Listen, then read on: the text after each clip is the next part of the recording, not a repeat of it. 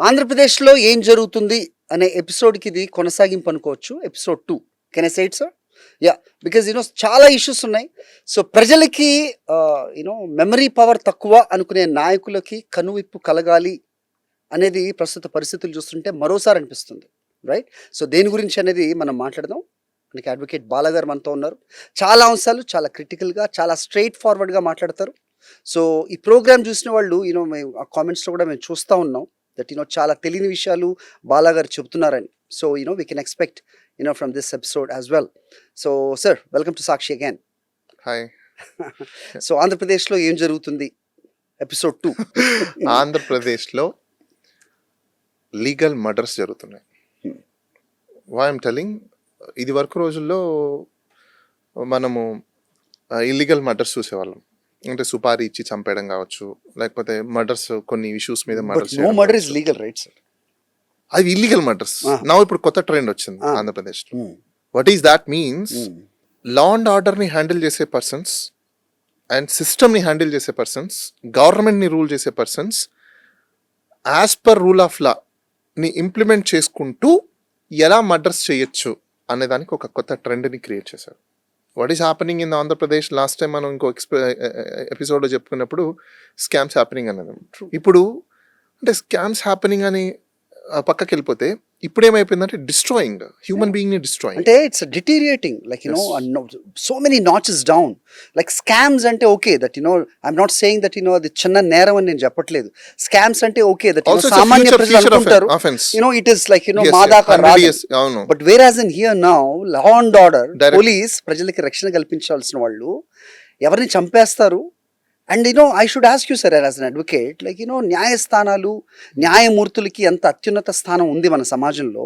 అలాంటి వాళ్ళని మిస్లీడ్ చేయడం ఇంత ఈజీ అనిపిస్తుంది సామాన్యులకి. దట్స్ వాట్ అండి. అంటే మీరు ఒకసారి గమనించారో లేదో, ఫ్యూ డేస్ బ్యాక్ నేను ఇదే సాక్షి ఇంటర్వ్యూలో ప్రైమ్ డిబేట్లో ఒక జడ్జిమెంట్ గురించి చదివాను. ఏంటంటే తమిళనాడుకు సంబంధించిన ఒక కేసు గురించి. అందులో జడ్జి ఎంత బ్యూటిఫుల్ గా రాశారు అంటే నేను ఒకసారి మళ్ళీ చదివి వినిపిస్తాను, ఎందుకంటే చాలా ఇంపార్టెంట్ కూడా. ఇది కరోనా టైంలో ఫాదర్ అండ్ సన్ నో కాదండి. మన జై భీమ్ సినిమా చూసారా? Habeas corpus, yes. ఆ జై భీమ్ సినిమాకి సంబంధించిన కేసులో రాజా కన్ను అని ఒక కేసు ఉంది. ఆ జడ్జిమెంట్లో పోలీస్ వాళ్ళ గురించి, సిస్టమ్ గురించి ఏ విధంగా నేరేట్ చేశారు అనేది నేను మీకు ఒకసారి చదివి వినిపిస్తాను. అంటే తెలుగులో కూడా ఎక్స్ప్లెయిన్ చేస్తాను నేను. అందులో అంటే కొంతమంది కావాలంటే ఆ జడ్జిమెంట్ ని గూగుల్లో కొడితే కూడా వస్తుంది. 14th పేరాలో అందులో 14th పేరాలో ఏమని రాస్తారంటే, this is a case is only one such example where indifference after the complaint was lodged of an men in power of a senior police officers and casual approach of the courts. దానికి explain చేస్తాను నేను.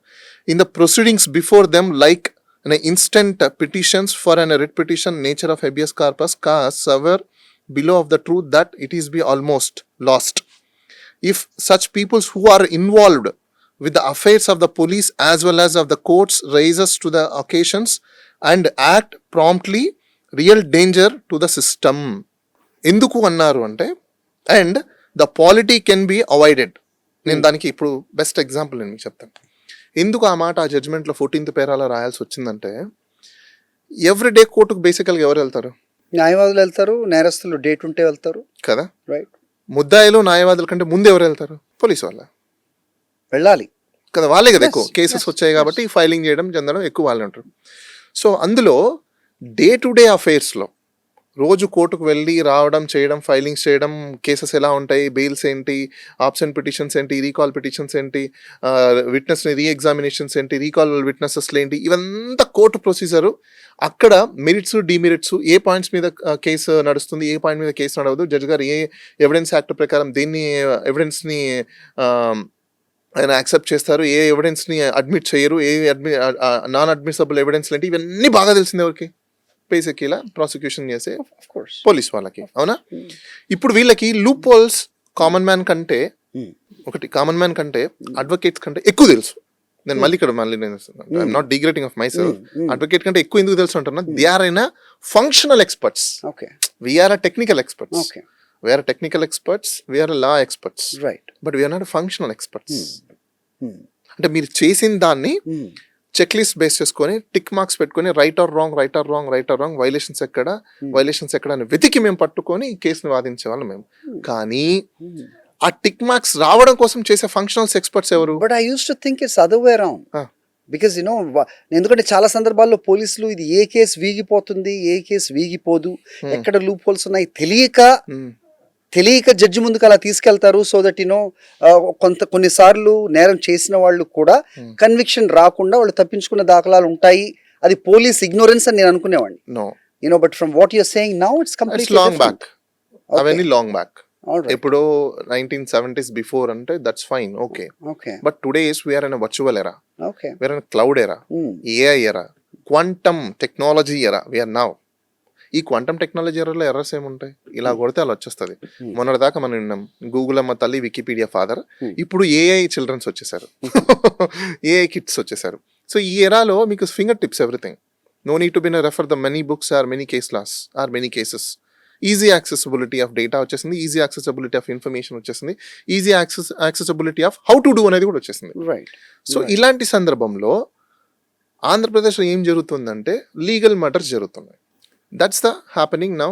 మనం ఇప్పుడు discuss చేసుకునే case ఏదైతే ఉందో విజయవాడ నడబొడ్డులో జరిగిన case. Okay, so I want the definition sir, నాకు కొంచెం వివరంగా కావాలి. లీగల్ మర్డర్ అన్నారు. లీగల్ మర్డర్ అన్న తర్వాత there has to be a dead body. Okay, so police కాబట్టి మర్డర్ చేసింది అనుకుందాం, లాకప్ డెత్ అయి ఉంటే కనుక ఓకే, వాళ్ళు పేరెంట్సో లేకపోతే వాళ్ళ బంధువులకో ఇవ్వాలి. ఆ ఇవ్వటానికి ఎలాంటి ఎక్స్క్యూజెస్ చెప్పాలి అనేది ఆలోచించేవాళ్ళు.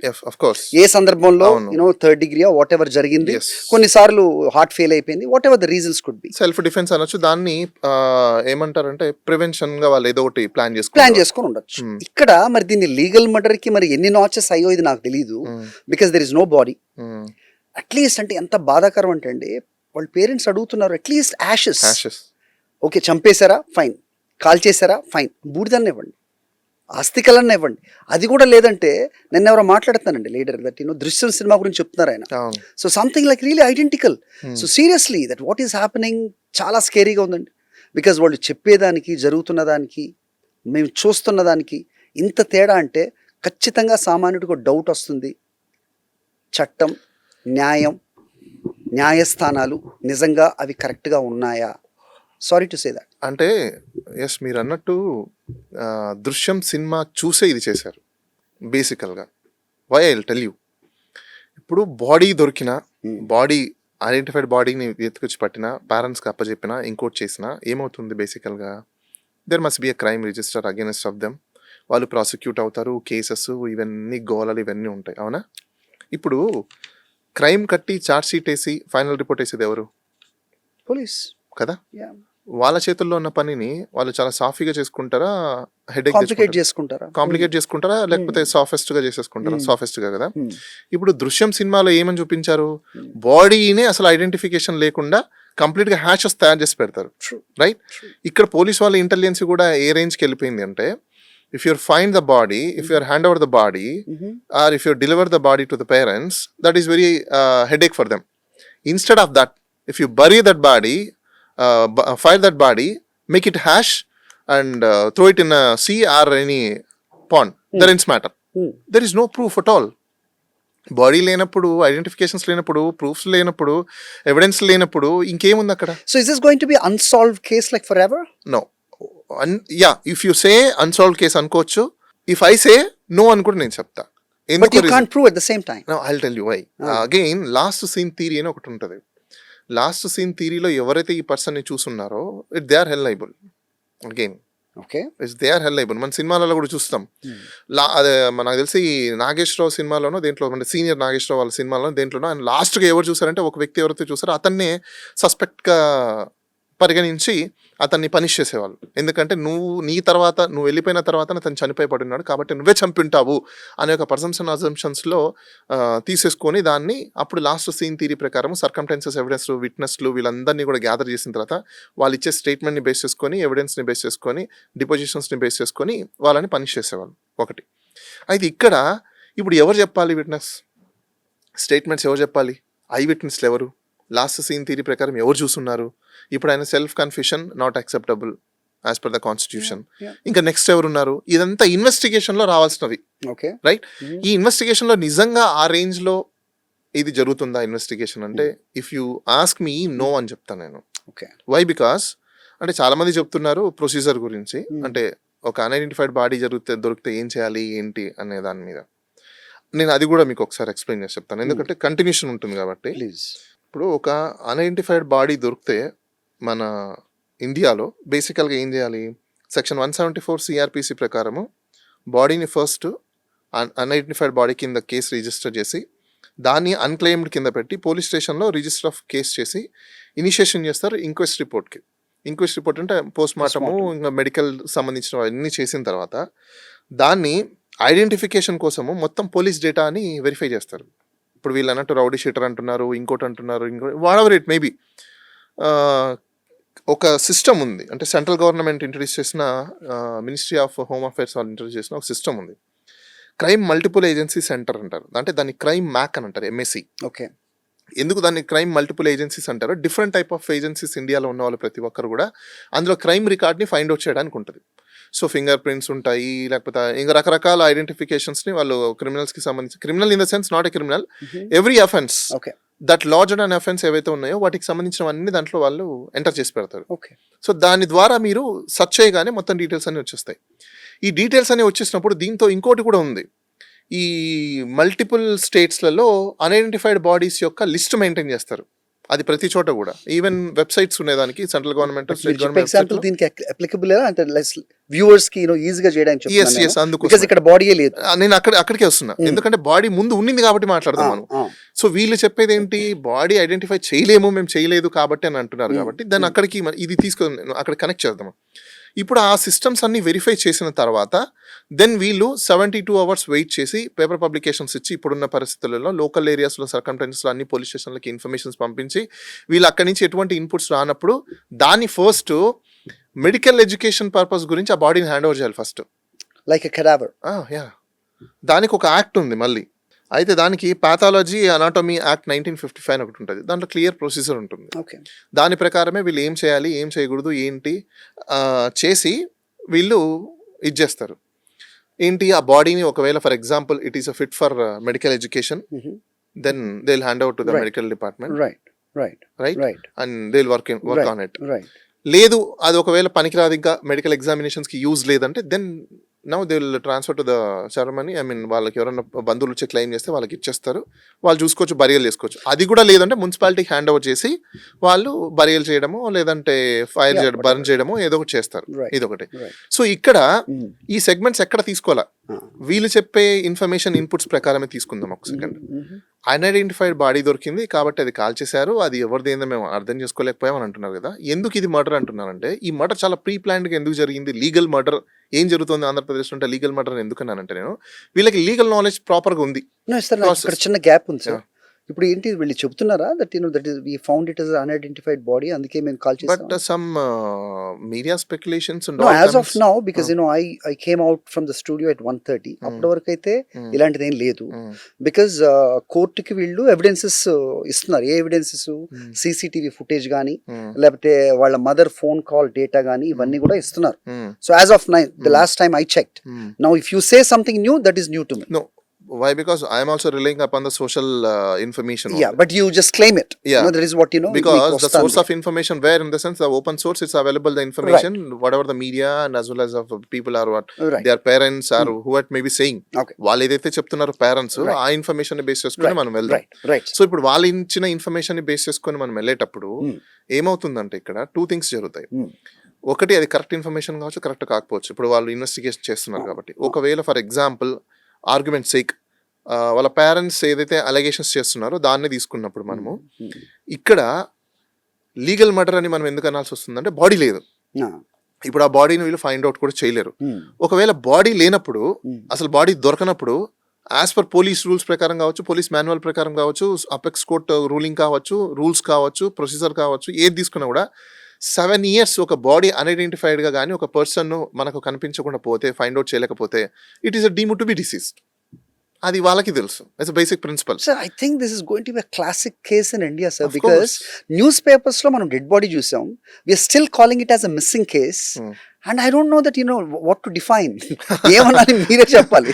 దట్స్ వాట్ నేను అదే అంటున్నాను. ఇక్కడ అంటే 7 years అండ్ అబోవ్ ఒక పర్సన్ని అలైవ్ గా మనం చూపించలేకపోతే, అతను ఫైండ్ అవుట్ చేయకపోతే, వేర్ అబౌట్స్ ని ఫైండ్ అవుట్ చేయకపోతే, అంటే whereabouts in the sense అతను ఎక్కడున్నాడు, బతికున్నాడా, చనిపోయాడా లేదా అనేది మనం ఒకవేళ నిర్ధారించలేకపోతే 7 years దాటిపోతే డీమ్డ్ టు బి డిసీజ్ కింద తను ట్రీట్ చేయాల్సి వస్తుంది. అయితే ఇప్పుడు డీమ్డ్ టు బి డిసీజ్ ఏ విధంగా ట్రీట్ చేయాలి మనము? అతను న్యాచురల్ డెత్ అయ్యాడా, లేకపోతే ఎవరైనా చంపేశారా, లేకపోతే ఎక్కడైనా సూసైడ్ చేసుకున్నారా, లేకపోతే ఏంటి, ఇవన్నీ కూడా ఫైండ్ అవుట్ చేయాల్సింది ఎవరు? మనం మిస్సింగ్ కేసు పోలీస్ స్టేషన్లో పంపిస్తాం. పంపించిన తర్వాత వీళ్ళు ఒక ఎఫ్ఐఆర్ కట్టేసి అన్ని పోలీస్ స్టేషన్లకి పంపించి మిస్సింగ్ ఇన్ఫర్మేషన్ని, లేకపోతే ఎక్కడ అన్ఐడెంటిఫైడ్ బాడీస్ దొరికి అన్ఐడెంటిఫైడ్ బాడీస్ని ఇవన్నీ ఫైండ్ అవుట్ చేసి ఎవరైతే క్లెయిమ్ చేస్తారో క్లైమెంట్స్కి ఇస్తారు. లేదు అని అనుకుంటే మున్సిపాలిటీకి హ్యాండ్ ఓవర్ చేస్తారు. ఇక్కడ ఏం చేశారు, ఇది ఒక అన్ఐడెంటిఫైడ్ బాడీ అని చెప్పేసి అని, అనాథ శవం ఆర్ఫన్ బాడీ అని చెప్పేసి అని, వీళ్ళు ఒక ప్రొసీజరల్ ఆస్పెక్ట్స్ వీళ్ళు తెలుసు కదా, ఫంక్షనల్ ఎక్స్పర్ట్స్ కదా వీళ్ళు, చంపేయడం అయితే జరిగిపోయిందని చెప్పేసి అని చెప్తున్నారు. అది చంపేశారా లేకపోతే ఏం చేశారంటే మనకు తెలియదు. ఓకే, అజ్యూమ్ ఏ మూమెంట్, ఇప్పుడు అతను ఒకవేళ చంపేశారని అనుకుందాం. వీళ్ళు ఏం చేసి ఉండాలి, పేరెంట్స్కి హ్యాండ్ ఓవర్ చేయడమా లేకపోతే ఇంకోటి చేయాలి. కానీ అలా లేదు. వీళ్ళు ఏమంటున్నారంటే బస్ స్టాండ్లో ఏదో ప్లాట్ఫామ్ మీద బాడీని అక్కడ త్రో చేసేసారు. త్రో చేసిన తర్వాత కన్సర్న్ పోలీస్ స్టేషన్కి ఇన్ఫర్మేషన్ వచ్చింది. ఆ పోలీస్ స్టేషన్ ఏదైతే ఉందో ప్రాసెస్ త్రూని తీసుకెళ్ళిపోయారు అంటున్నారు. ఓకే, ప్రాసెస్ త్రూ తీసుకెళ్ళిపోయినప్పుడు మీరు ఏం చేయాలి, ఇప్పుడు నేను చెప్పిన ప్రొసీజర్ ఫాలో అయి ఉండాలి. ఏది పాథాలజీ అనాటమీ యాక్ట్ ప్రకారము మీరు ఆ బాడీ తీసుకొని అటాప్సీ ఉంది, ఇవన్నీ చేసి వాళ్ళు నెక్స్ట్ రేపు మెడికల్ ఎగ్జామినేషన్ పంపించి మీరు పబ్లికేషన్స్ ఇచ్చి క్లైమ్స్ ఎవరైనా ఉన్నాయో చూసుకొని ఇవన్నీ చేసిన తర్వాత అది మెడికల్ ఎడ్యుకేషన్ కి కూడా బాడీ పనికిరాదు అని వాళ్ళు సర్టిఫికేట్ ఇవ్వాలి మళ్ళీ. Yes, this body is not suitable for us and for any further purposes అని చెప్పి ఇస్తే దెన్ తర్వాత దాన్ని వేస్టేజ్ బాడీ కదా, ఇంకా వేస్టేజ్ బాడీని మనం ఏం చేసుకుంటాం, బర్న్ చేస్తాం, హ్యాష్ తీసేస్తారు, సరిపోతుంది. ఇది జరుగుతుంది. కానీ అక్కడ అలా జరగలేదు కదా. విత్ ఇన్ షార్ట్ పీరియడ్ లో కంప్లీట్ గా దాన్ని బరియల్ చేసేసారు, దాన్ని బర్న్ చేసేసారు, హ్యాష్ కూడా చేసేసారు, అయిపోయిందని చెప్పేసారు. ఎందుకు ఇంత హరిబరీ చేయాల్సి వచ్చింది అంటే, if anybody is found, if the body is found or something is found, who will be lose, who will be the loser? మీరు అనుకుంటున్నారు ఓన్లీ పోలీస్ స్టేషన్ అనుకుంటున్నారా? No, there is a kingpin. Who is that? Sir, ఒకటి గుర్తుపెట్టుకోండి, ఒక police officer ఇంత hard decision తీసుకున్నారు, life risk పెట్టి చేశారు అంటే that easy. So but you know what you are saying is hypothetical. No, I will tell you. ఆయన salary ఒకవేళ 2 lakhs వేసుకుందాం, ఆయన సర్వీసెస్ ఇంకొక 15 years వేసుకుందామా, పర్ ఇయర్ ఆయనకు ఒక 30 lakhs ప్యాకేజ్ వేసుకుందామా, 30 lakhs ఇంటూ 10 వేసుకుంటే 3 crores, ఆర్ 5 crores వేసుకుందాం, ఆ రిటైర్మెంట్ అయిపోతారు ఒక 7-8 crores డబ్బులు అనుకుందాం, అవునా? ఇది కాకుండా బల్క్ ఆఫ్ అమౌంట్ ఒకవేళ అతను లైఫ్ రిస్క్ పెట్టి చేసినందుకు ఎక్కువ ఆఫర్ చేస్తే రిస్క్ తీసుకునే ఛాన్సెస్ ఉన్నాయి కదా. నేను ఇన్ని రోజులు కష్టపడేదానికంటే నాకు ఆన్ ది స్పాట్ వస్తుంది, మహా అయితే కేసులు ఉంటుంది, దాన్ని మేనేజ్ చేసుకుంటారు, నడుస్తుంటుంది, ఇయర్స్ టుగెదర్ పోతుంది, తర్వాత అప్పుడు చూసుకోవచ్చులే. ఇంక ఏజ్ కూడా ఎంత ఉంటుంది, 15 years. చెప్పేదాన్ని బట్టి నేను డిఫెన్స్ లాయర్ అయితే జడ్జి ముందు యువర్ ఆనర్, సో మన లాయర్ గారు చాలా బాగా కదలుతున్నారు అంటూ ఉంటారు సినిమాలో. అంటే నేను ఎగ్జాంపుల్ చెప్తున్నా, ఎందుకంటే ఎవరు అంత రిస్క్ అయితే తీసుకోరు. అంత రిస్క్ తీసుకున్నారు అంటే there is a king ping, ఖచ్చితంగా కింగ్ పింగ్ ఉంటారు. అసలు మోటివ్ ఏంటి అతను చంపడానికి, ఏ బేసెస్ మీద అతను కొట్టాల్సి వచ్చింది, ఏ బేసెస్ మీరు కొట్టిన పోలీస్ స్టేషన్ లో కదా ట్రీట్ చేయాలి. Assume a moment, sir, for the sake of those who are protesting now favor of this circle inspector, వాళ్ళ పాయింటే తీసుకుందాం. మీరు అతన్ని అరెస్ట్ చేయొద్దండి, చెందకండి అని అంటున్నారు కదా. వెరీ వెల్, ఆయన రూల్ ఆఫ్ లా ప్రకారం ప్రొసీజర్ ని ఫాలో అయ్యి ఉండి జనాల మన ప్రాణాలని కాపాడి ఉంటే వాళ్ళు ప్రొటెస్ట్ చేస్తున్న పద్ధతి ఉంది. ఇక్కడ ఈయన ఏం చేశాడు, డైరెక్ట్ గా ఆయన ఒక యాక్షన్ తీసేసుకున్నాడు, బాడీనే లేకుండా చేసేసాడు. ఇప్పుడు ఇలా చేయడం వల్ల సివిలియన్ సొసైటీలో రేపు ప్రతి ఒక్క ఆఫీసర్ ఇప్పుడు నచ్చని వ్యక్తి మీద ఇదే యాక్ట్ చేసుకుంటూ వెళ్ళిపోతే ఈజ్ దేర్ ఎనీ గ్యారంటీ ఇలా జరగకుండా ఉంటుందని ఏమైనా గ్యారంటీ ఇవ్వగలుగుతారా? ఎందుకంటే ఇప్పుడు దాకా సివిలియన్ ఒక పోలీస్ స్టేషన్కి వెళ్తే మీరు ప్రాపర్ రెస్పెక్ట్ ఇవ్వలేని పరిస్థితిలో ఉన్నారు. యాజ్ అండ్ టుడే ఎవరో వరకు ఎందుకండి, ఇప్పుడు లీగల్ ఎడ్యుకేషన్స్ ఉన్న లాయర్లు వెళ్తే కూడా మీరు అదే బిహేవియర్ ఉంటుంది మీది. ఈ ఈవెన్ ఒకవేళ రిటైర్డ్ జడ్జిలు కానీ, లేకపోతే రిటైర్డ్ మెజిస్ట్రేట్లు కానీ, రిటైర్డ్ ఆఫీసర్లు కానీ, రిటైర్డ్ ఐపీఎస్ ఆఫీసర్లు వెళ్ళినా కూడా మీరు అదే ప్రొసీజర్ ఫాలో అవుతారు ఉంటే ఇంకా అంతే. ఓకే, సెకండ్ థింగ్ సార్, ఇప్పుడు మీరు చెప్తున్నారు కదా, సో ఎవిడెన్స్ లేకుండా చేశారు, ఇది like super duper classic case for like legal murder, అంతకంటే ఎక్కువ అని మనం మాట్లాడుతున్నాం.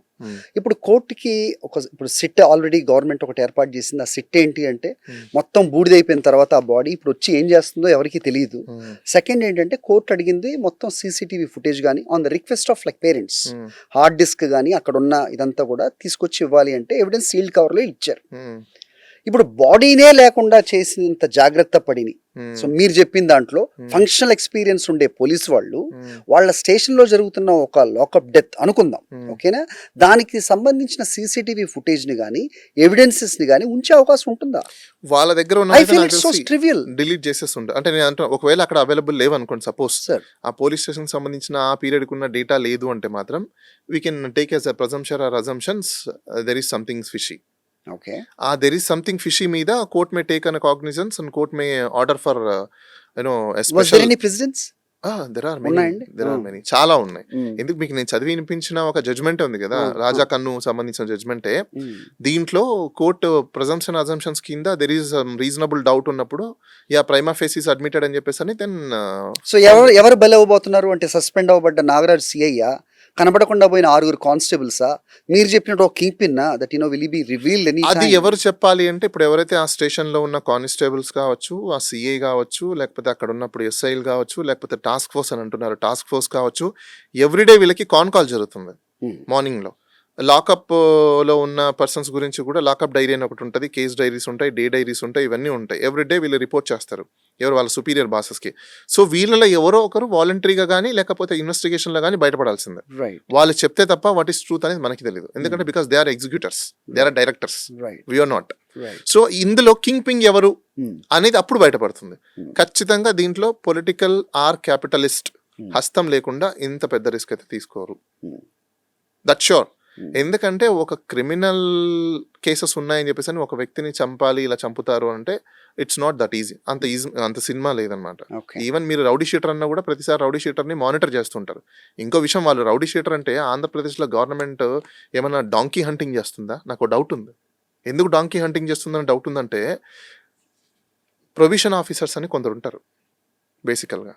వాళ్ళు ఏం చేస్తున్నారు, ఓన్లీ కన్విక్టర్ కేసెసే కాకుండా వాళ్ళకి జాబ్ రోల్స్ని పెంచి ఈవెన్ బెయిల్ తీసుకొని బయటకు వచ్చిన వాళ్ళ మీద కూడా మీరు మానిటరింగ్ చేసి మన థియరీ ఏంటి, క్రిమినల్ జస్టిస్ సిస్టమ్ ఏంటి మంది, చేంజ్ ద నేచర్ ఆఫ్ కదా, అంటే రిహాబిలేషన్ కదా, మన రిహాబిలేషన్ సిస్టమ్ ఏం చేయాలి, వాళ్ళ యొక్క నేచర్ని, కాండక్ట్ని, వాళ్ళ క్రెడెన్షియల్స్ని, వాళ్ళ డే లైఫ్ని ప్రతిదీ మానిటర్ చేసి వాళ్ళని రీహాబిలేట్ చేయాలి కదా. వాళ్ళని రీహాబిలేట్ చేయకుండా క్రిమినల్స్ని ఎవరు తయారు చేస్తున్నారు ఇప్పుడు? Government is making a criminal more. Because ఎలానో నేను చెప్తాను మీకు. ఇప్పుడు నా statutory right or fundamental right government దగ్గర నుంచి నాకు రావాల్సినవి నాకు రైట్గా రానప్పుడు నా సైకాలజీ ఏం చెప్తుంది, బేసికల్గా ఆటోమేటిక్గా అఫెండ్లోకి వెళ్ళిపోతుంది. ఎందుకు అఫెండ్లోకి వెళ్తుంది? Because you are not discharge your duty, your omission. That your omission was provoked me to make an some offence. Who is culprit first here? The system is culprit first here. ఆ system culprit అయినప్పుడు offence ఒక అతను చేసేసాడు అంటే ఆ rehabilitation చేయాల్సిన policy ఎవరు design చేయాలి, ఎవరు దాని ప్రొసీజర్ని డిజైన్ చేయాలి, ఎవరు దాని ప్రొసీజర్ని ఫాలో అవ్వాలి? అగైన్ మళ్ళీ సిస్టమే. ఈ సిస్టంలో ప్రొబిషన్ ఆఫీసర్స్ ఉన్నప్పుడు ప్రొబిషన్ ఆఫీసర్స్ ఇలాంటి వ్యక్తులన్నింటినీ కూడా సమాజంలో వాళ్ళు ఏం చేస్తున్నారు ఏంటి అనేది మానిటర్ చేయాల్సిన బాధ్యత ఎవరిది? మీది. అన్ని సక్రమంగా ఉంటే మనం ఈ రోజు ఇలా కూర్చొని మాట్లాడుకోం, రైట్? సో ప్రతి చోట ప్రతి సందర్భంలో సిస్టమ్ అబ్యూజ్ అవుతుంది కాబట్టి అసలు ఎటు వెళ్తుంది, ఆంధ్రప్రదేశ్లో ఏం జరుగుతుంది అని చర్చ మనం చేస్తాం, రైట్? సో ప్రస్తుతం సాయి కృష్ణ విషయానికే వస్తే, నేను చెప్పినట్టుగా ఇప్పుడు ఎవిడెన్స్ ఏదో చేశారు అక్కడ. సో ప్రభుత్వం వాళ్ళకి కాంపెన్సేషన్ ఇచ్చింది అంటున్నారు. దాంట్లో జనసేన చాలా కీలక పాత్ర పోషించింది వాళ్ళు కామ్ అయిపోవడానికి. అందుకే ఇమీడియట్గా వాళ్ళు ముఖ్యమంత్రి గారిని కానీ లేకపోతే ఉప ముఖ్యమంత్రి గారిని కానీ వాళ్ళు పొగుడుతూ ఉన్నారు అనేది కూడా వినిపిస్తుంది. At the same time YSRCP నాయకులు చెప్తున్నారు ఇది టాస్క్ ఫోర్స్ వెళ్ళింది అక్కడికి సాయి కృష్ణ అనే వ్యక్తిని తీసుకురావడానికి. సాయి కృష్ణ తీసుకురావడానికి వెళ్ళింది టాస్క్ ఫోర్స్ కాబట్టి అది సాధారణ పోలీసు, ఒక సిఐఓ, ఒక ఎస్ఐఓ కాదు. There has to be somebody like who is sitting upper or like the position. వాళ్ళు ముందుకు రావాలి, వాళ్ళని తీసేయాలి అనేది వాళ్ళ ఇదిగా చూస్తున్నాం. ఓకే, రాజకీయాలు మనం ఇక్కడ మాట్లాడట్లేదు. కేస్ మెరిట్స్ అండ్ డిమెరిట్స్ గురించి మాట్లాడితే సాయి కృష్ణ తల్లిదండ్రులకు న్యాయం జరిగే అవకాశం ఉంది. I'm not talking about the compensation or anything here.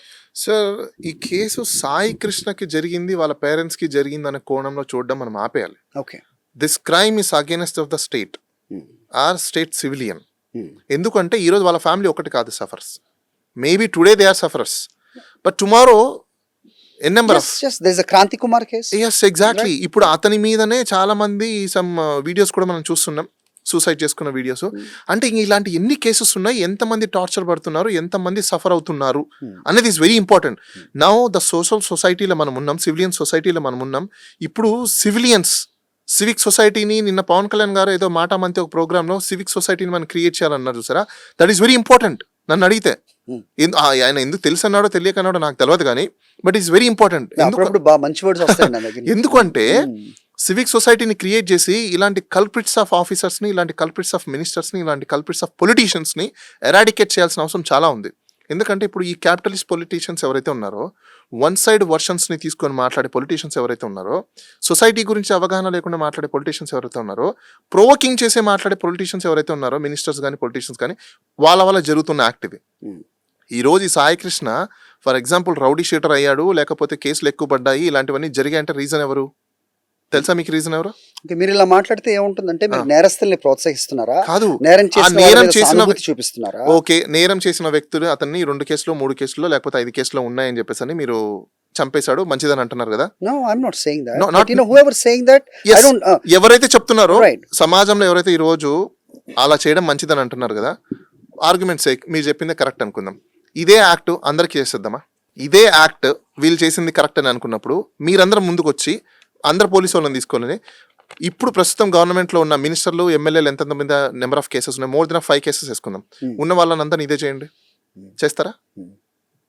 Equality కదండి, పారిటీ ఆర్ డిస్పారిటీ. సరే, అంటే నేనేమంటున్నానంటే ఉన్న జనాభాలో ప్రతి 650 మందికి ఒక పోలీసు ఉన్నాడండి, రైట్? సో ఇలాంటి పరిస్థితుల్లో అందరికి న్యాయం ఎలా జరుగుతుందనే ఒక వాదన కూడా వస్తుంది. కరెక్టే సార్, నేను ఏమంటున్నా, ఎలా జరుగుతుందని వాదన వచ్చినప్పుడు ఇదే యాక్ట్ ఫస్ట్ మినిస్టర్ల మీద, ఎమ్మెల్యేల మీద, పొలిటీషియన్స్ మీద, క్యాపిటలిస్ట్ల మీద చేయండి అంటున్నా నేను. ఇదే కామన్ మ్యాన్ కి ఎందుకు చేస్తారు మీరు? అదేదో this act is applicable to a capitalist or minister or MLA or politician, let it be common man last లో వద్దాం. ముందు పెద్దవాళ్ళని చేయండి, తర్వాత చిన్న వాళ్ళ దగ్గరకు వద్దాం. ఇంకో ఇంట్రెస్టింగ్ క్వశ్చన్ సార్, ఎందుకంటే మీరు న్యాయవాదిగా ఉన్నారు కాబట్టి ఇంత బాహాటంగా కనిపిస్తుంది. జరిగింది ఏంటో తెలిసిపోయింది అందరికి, మాట్లాడుతున్న వాళ్ళకి తెలుసు, రాజకీయ నాయకులకి తెలుసు, పోలీసులకి తెలుసు, ప్రతి ఒక్కరికి ఈరోజు తెలుసు. బట్ న్యాయమూర్తికి తెలిసిన just because like there is nothing, so the proven కాదు కాబట్టి దీన్ని ఇలా ఇంకా వదిలేయటమేనా? మీరు చెప్పినట్టు 7 ఏళ్ల తర్వాత ఇది ఒక డిసీజ్ కేసుగా క్లోజ్ అయిపోతుంది. అయితే please educate me. Maybe judiciary a limit or a percentage of tied hands, a limited only, not beyond, limited మాత్రమే అంటున్నాను. ఎందుకంటే beyond reasonable they can exercise they are discretionary powers. ఆ సర్కమ్టెన్సెస్ ని base చేసుకొని a beautiful order ని రాసే అవకాశం కూడా వాళ్ళకు ఉంటుంది. అబ్జర్వేషన్స్ మేడ్ అని చెప్పేసి, ఆర్ అబ్జర్వేషన్స్ బై దీస్ అని చెప్పేసి అని రాసే అవకాశాలు కూడా ఉన్నాయి. ఎందుకంటే ఆల్ సర్కమ్టెన్సెస్ ని తీసుకున్న తర్వాత వీ కెన్ ఇల్యూజన్స్, ఆ ఇల్యూజన్స్ నుంచి వచ్చిన truth it's connect with the material of facts are material of evidence are material of submissions are material of arguments, వీటిని అన్నింటిని చూసుకొని కూడా దీని ఒక హిస్టారికల్ కేసెస్ కింద డిసైడ్ చేసే అవకాశాలు కూడా ఉంటాయి. అది జరుగుతుందా లేదా అని మనం వెయిట్ చేసి చూడాలి. ఎందుకంటున్నానంటే ఇప్పుడు ఈ పబ్లిక్ అవుట్రేజ్ నుంచే వస్తుంది మనకు ఇంత కోల్డ్ మర్డర్ ఇది అని చెప్పేసి అనేసి. కోల్డ్ మర్డర్లో బాడీని ఇప్పుడు దాకా ఐడెంటిఫై చేయలేదంటే పోలీసు వాళ్ళు ఏం సమాధానం చెప్తారో కూడా చూడాలి. ఒకవేళ జరిగింది లేదు మేము ఐడెంటిఫై చేయలేదంటే ఇప్పుడు వీఆర్ అన్న వైఫై అయ్యారా, ఏ అయ్యారా అలా ఉన్నాం, ఎవరు ఎక్కడికి పారిపోయే అవకాశాలు లేవు. సో ఇంకొక పాయింట్ సార్, మీరు చెప్పిన దాంట్లో లాస్ట్ ఎవరైతే చూసారో ఆ వ్యక్తి నిలబెడతారని చెప్తున్నారు కదా. ఇక్కడ వ్యక్తి ఉన్నారో లేదో తెలియదు కానీ వాళ్ళ మదర్ నుంచి ఫోన్ తీసుకొని సిఐ నాగరాజు సాయి కృష్ణని ట్రాక్ చేశారు, రైట్? సో ఇక్కడ టెక్నికల్ గా చూస్తే he is the last person, whoever if it is not Nagaraju, some police man who has spoken with Sai Krishna to track him down, right? ఇక్కడ ఇది నిలుస్తుందా దట్ హూ ఎవర్ మాట్లాడిన వాళ్ళు అనేది? సో నిలుస్తుంది. ఎందుకంటే నేను ఇన్వెస్టిగేషన్ కూడా చాలా సింపుల్ గా చెప్పేస్తాను. అంటే చాలా మంది అనొచ్చు ఏంటి మీన కూర్చొని మాట్లాడుతున్నారు అని చెప్పేసి. I'm a competent. Why? Because I done my master of police administration. So ఎలా ఇన్వెస్టిగేషన్ చేస్తారు ఏంటనేది దానికి ఒక సపరేట్ కోర్సెస్ కూడా ఉన్నాయి. పోలీస్ అడ్మినిస్ట్రేషన్ మనకు తమిళనాడులో ఉంటుంది, నాకు తెలిసి ఒక 1-2 యూనివర్సిటీస్ లోనే ఉంది ఇండియా మొత్తంలో.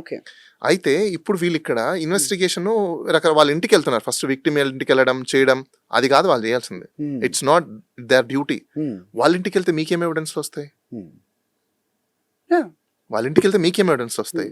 ఇన్వెస్టిగేషన్ ఐఓ నిజంగా ఈ కేసుని ప్రాపర్గా సాల్వ్ చేయాలనుకుంటే who are the investigation officer, first unit to find out his last visit, right?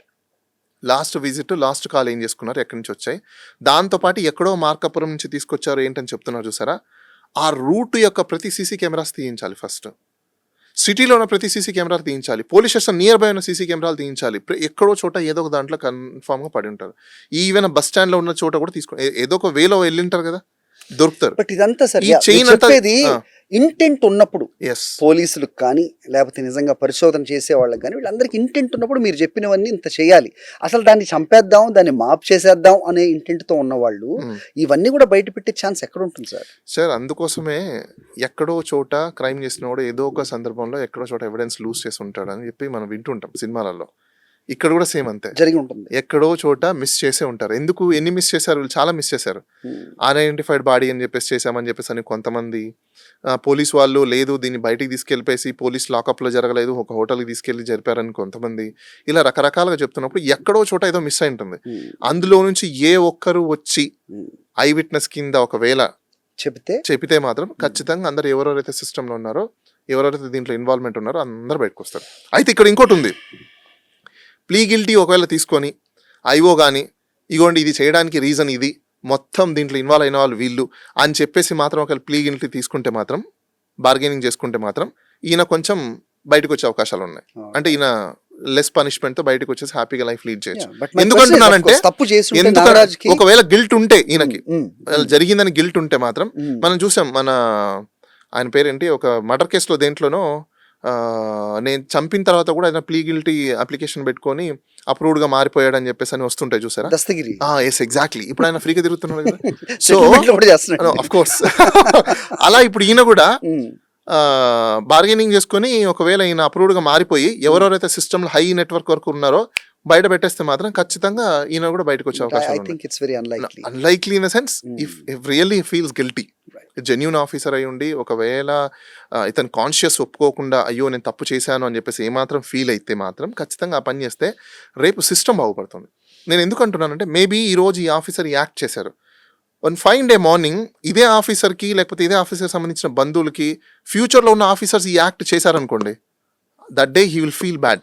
మనం చాలా సినిమాలలో చూస్తుంటాం, రిటైర్డ్ అయిపోయిన ఆఫీసర్లు అయ్యో నేను ఆ రోజు తప్పు చేశాను కాబట్టి ఈరోజు నాకు పరిస్థితి వచ్చిందని చెప్పేసి. సేమ్ యాక్ట్ రేపు ఎవరికైనా జరిగింది అనుకోండి, ఇంకా ఎక్కువ జరుగుతుంది, ఇంకా ఎక్కువగా ప్రికాషనరీగా వెళ్తాయి. ఎందుకంటే ఇప్పుడు లూప్ హోల్స్ అని ఇక్కడ తెలిసిపోయాయి. ఏంటి లూప్ హోల్స్ తెలిసిపోయాయి? అరెస్ట్ చేసిన వ్యక్తిని ఏ విధంగా రూల్ ప్రకారంగా పాథాలజీ అండ్ అటానమీ యాక్ట్ ప్రకారం, అటాప్సీ యాక్ట్ ప్రకారము ఏం చేయాలి, బాడీని ఎట్లా ఐడెంటిఫై చేయాలి, బాడీని ఎట్లా డిక్లేర్ చేయాలి, ఎన్ఓసి ఎలా తీసుకోవాలి, మున్సిపాలిటీకి ఎలా హ్యాండ్ ఓవర్ చేయాలి, దాన్ని ఎవరైతే ఆ బాడీని బర్న్ చేయడానికి వెళ్తారో వాళ్ళని ఎలా, ఇదంతా ఇప్పుడు అందరికి ఒక ఓపెన్ అప్ అయిపోయింది. సో సిస్టమ్ ప్రొసీజర్ అనేది పోలీస్ వాళ్ళకి అందరికీ కూడా ఎడ్యుకేషన్ ప్యాటర్న్లో అయిపోయింది. ఇది ఎస్ఓపి మ్యాట్రిక్స్ అయిపోయింది. రేపు ఈ ఎస్ఓపి మ్యాట్రిక్స్లో ఉన్న లూప్ హోల్స్ ఏముంటాయి? చాలా తక్కువగా ఉంటాయి. సో రేపు వీళ్ళందరూ దాన్ని అడాప్ట్ చేసుకుంటే సో ఇంకో విషయం సార్, ఫైనల్ గా వేరే సబ్జెక్ట్కి వెళ్లే ముందు, ఇప్పుడు హ్యూమన్ రైట్స్ వాళ్ళు ముందు మిస్ అయినంత వరకు, ఎక్కడో ఆచూకీ తెలియనంత వరకు బాగానే బయటకు వచ్చారు, ఫైట్ చేశారు, బ్యానర్స్ పట్టుకున్నారు. తర్వాత ఇంత జరుగుతున్నది బాహాటంగా ప్రతి ఒక్కళ్ళు మాట్లాడుకుంటున్న క్రమంలో హ్యూమన్ రైట్స్ ఏం చేస్తుంది అనే క్వశ్చన్ కూడా వస్తుంది. సార్, ఇండియాలో నేషనల్ హ్యూమన్ రైట్స్ కావచ్చు, స్టేట్ హ్యూమన్ రైట్స్ కావచ్చు, it's become like an spectators. It's become like a spectators. Human rights వాళ్ళకి ఎప్పుడు పడదులేండి మీరు. ఇట్స్ నాట్ దట్ అండి. ఎందుకంటున్నాను అంటే, హ్యూమన్ రైట్స్ కమిషన్ యొక్క జ్యూరిస్డిక్షనల్ పాయింట్ కావచ్చు, లేకపోతే పర్వ్యూ కావచ్చు, 24/7 మీరు హ్యూమన్ బాడీస్ మీద, హ్యూమన్ వైలేషన్స్ మీదనే పనిచేస్తూ ఉండాలి, మానిటర్ చేస్తూ ఉండాలి. ఒక కంప్లైంట్ వచ్చిందంటే వార్ ఫుట్ మీద మీరు పరిగెత్తాలి. నేను హ్యూమన్ రైట్స్ కమిషన్కి ఒక కంప్లైంట్ చేశాను అంటే, వెదర్ చైర్మన్ ఉన్నారా లేదా పక్కన పెట్టేస్తే, ఆ నెక్స్ట్ కన్సర్న్స్ ఎవరైతే ఉంటారో వార్ ఫుట్ మీద పరిగెత్తాలి. ఎందుకు? ఇప్పుడు మనం టీఏడిఎల్ ఇస్తూ ఉంటారు బేసికల్గా, ఏది మన ఎంప్లాయీస్కి కానీ అలవెన్సెస్, డేర్నెస్ అలవెన్సెస్. అవి ఎందుకు ఇస్తారు? డేర్నెస్ అలవెన్సెస్ డిఏ ఎందుకు ఇస్తారో తెలుసా? సెకండ్ వరల్డ్ వార్ జరిగినప్పుడు జెనీవా కన్వెన్షన్ స్పేస్ మీద చేసుకొని వచ్చిన దాన్ని డిఏ ఇంట్రొడక్షన్. తెలుసా? ఎందుకో తెలుసా? హ్యూమన్ బతకడం కోసం కావాల్సింది మెయిన్ ఏంటంటే ఫుడ్. అంటే లైఫ్కి చాలా ఇంపార్టెంట్ అక్కడ.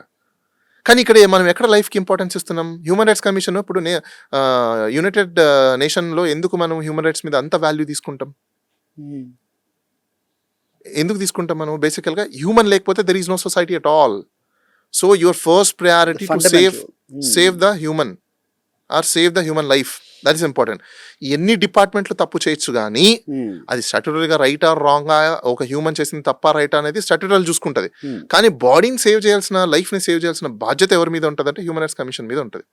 ఒక కంప్లైంట్ వచ్చిందంటే వార్ ఫుట్ మీద మీరు ఇమీడియట్లీ యాక్ట్ అవ్వాలి. కానీ ఈరోజు మీరు చూసుకుంటే అసలు హ్యూమన్ రైట్స్ కమిషన్లో నన్ను అడిగితే కోట్ల కంటే దారుణంగా డిలీస్ ఎక్కువ ఉన్నాయి.